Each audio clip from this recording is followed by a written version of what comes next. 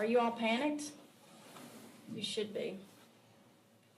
This community has taken action for 5 years to protect ourselves. You fought us every step. 5 years ago, Alexander Lynch phoned me to say the city will never support a fracking ban.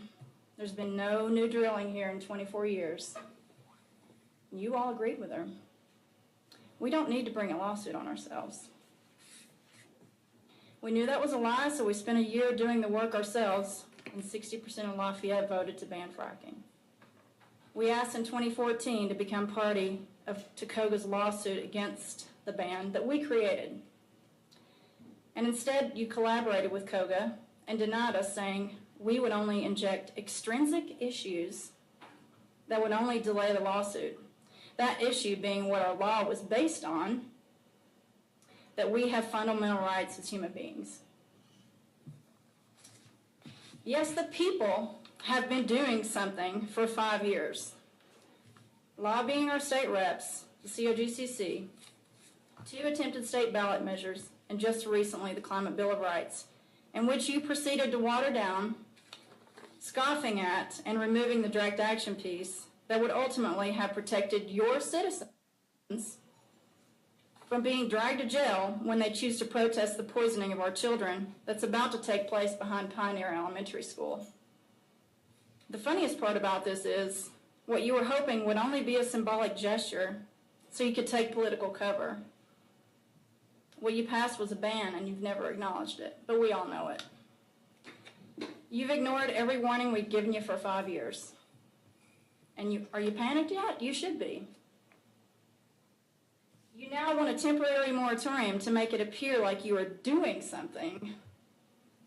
The Lafayette taxpayers will have to pay for this when you get sued, but all you have to do is enforce the Climate Bill of Rights, and CELDF would defend it for free. But you won't enforce the Climate Bill of Rights because you know if you do, you'll have to sacrifice your career to address our fundamental human rights, and the Democratic Party prevents you from doing that. You want to update the city's oil and gas regs, just like border county commissioners, so we can regulate the amount of poison we ingest. So we can wait for renewables to save us. Meanwhile, our city turns into an oil field. When asked on Facebook, what is your plan to stop fracking? Gustavo, not knowing who I was, had the gall to tell me, I should focus on applying pressure to COGA and the COGCC. When he realized who I was, he promptly took down this post, and I'm sure he was completely embarrassed, as he should be.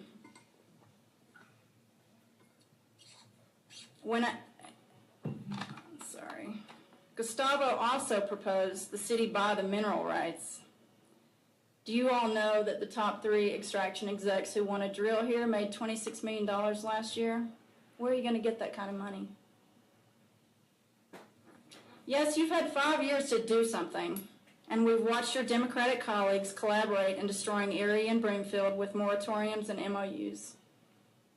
You've all succeeded in avoiding lawsuits while paving the way to poison us. You deserve to go down with your Democratic political careers.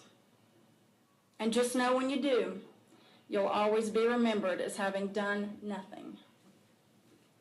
And we instead will continue, like we always have, depending on ourselves for protection. And just know that we'll never negotiate the terms of our children's poisoning. Thank you.